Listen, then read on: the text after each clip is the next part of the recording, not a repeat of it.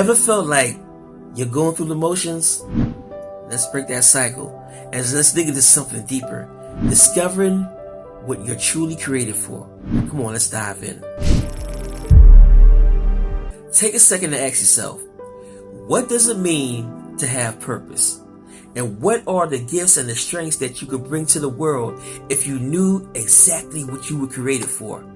In our series, Navigating to Your True Identity, today we're tackling one of the biggest questions that a man can ask. What am I created for? This question is foundational to living a life of meaning and fulfillment. Maybe you felt like something's missing. Even when life seems fine, there's a deeper part of you that's asking, is this all there is? And in this video, we're going to be exploring what purpose looks like in a practical sense.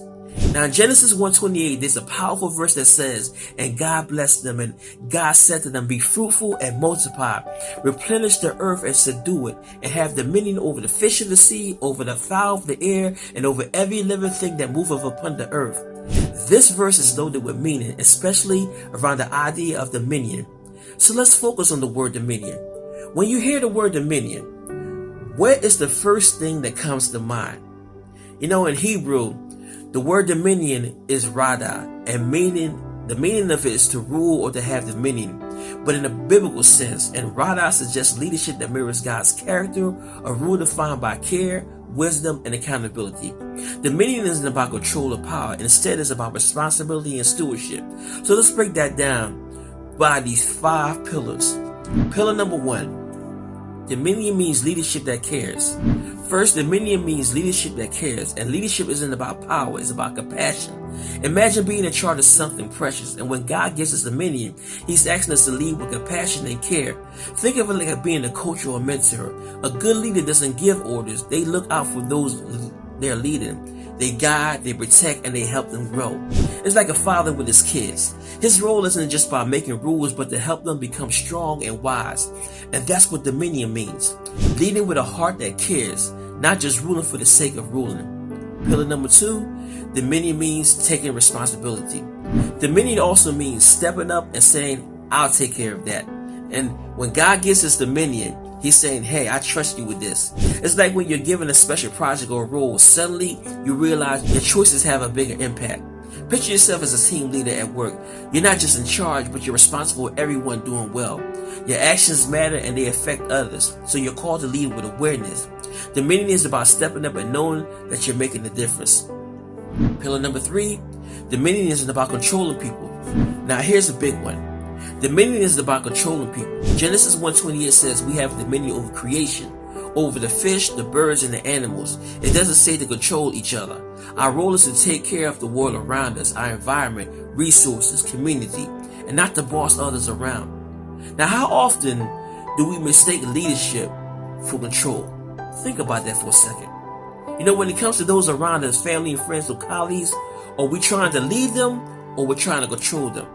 Imagine you have a garden and you don't control every plant, right? But you do tend to it. You water it, you protect it, and you help it grow. Dominion means taking care of what's around us, like the garden, making sure it's healthy and flourishing. It's not about control, it's about care. Pillar number 4, dominion means leading with integrity. Dominion also means leading with integrity, and integrity means doing what's right even when it's hard. True leadership is about honesty, fairness, and lifting others up, not just benefiting ourselves. Integrity. Now, do we stick to it when no one's watching? Well, when was the last time you stood by what's right, even if it wasn't the easiest path?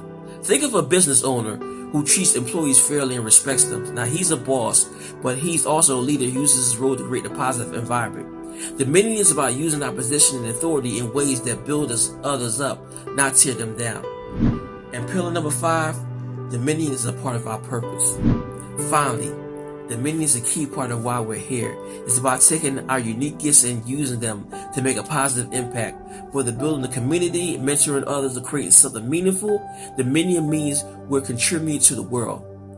If you can use your unique gifts to make a difference, what would you choose to change or improve the world? Picture a man who uses his skills to build a community center or mentor young men in his neighborhood. He's using what he has to make a difference.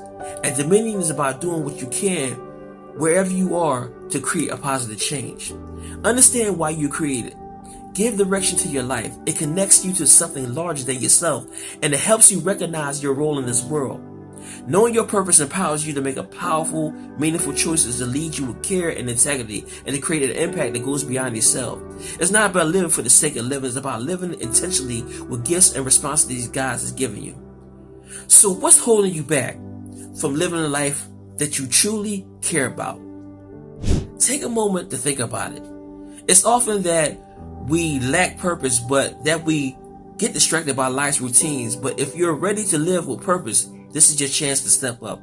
Imagine the kind of legacy that you want to leave behind.